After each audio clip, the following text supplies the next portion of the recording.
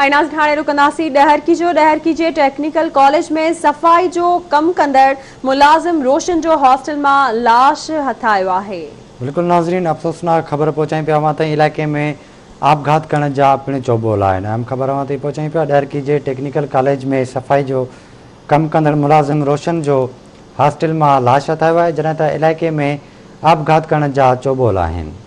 Breaking news है अवांखे ॾहरकी में update कंदालू तो ॾहरकी जे टेक्निकल कॉलेज में सफ़ाई जो कम कंदड़ मुलाजिम रोशन जो हॉस्टल में लाश हथायो आहे, जॾहिं त इलाइक़े में आपघात करण जा चौबोल आहिनि। अवांखे अपडेट कंदालू। ब्रेकिंग न्यूज़ है तो ॾहरकी जे टेक्निकल कॉलेज में सफ़ाई जो कम कंदड़ मुलाजिम रोशन जो हॉस्टल में लाश हथायो आहे। इन हवाले से राब्तो कयो ॾहरकी में आवाज़ टीवी के रिपोर्टर रमेश कुमार सां।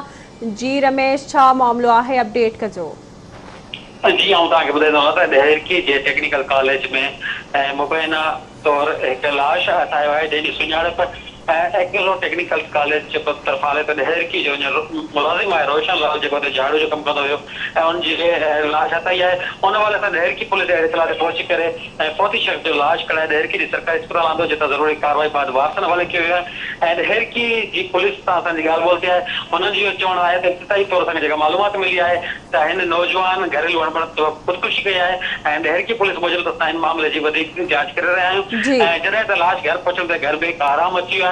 हितां सियासी समाजी तंज़ीमुनि जे अॻुवाननि मुतालबो कयो आहे त ही टेक्निकल कॉलेज में लाश जेका अथई आहे इन मामले जी घण रोकी जांच कई वञे त जीअं असुल हक़ीक़त साम्हूं अची सघे। जी ठीक है रमेश, वॾी महिरबानी तफ़सील खां आगाह करण लाइ।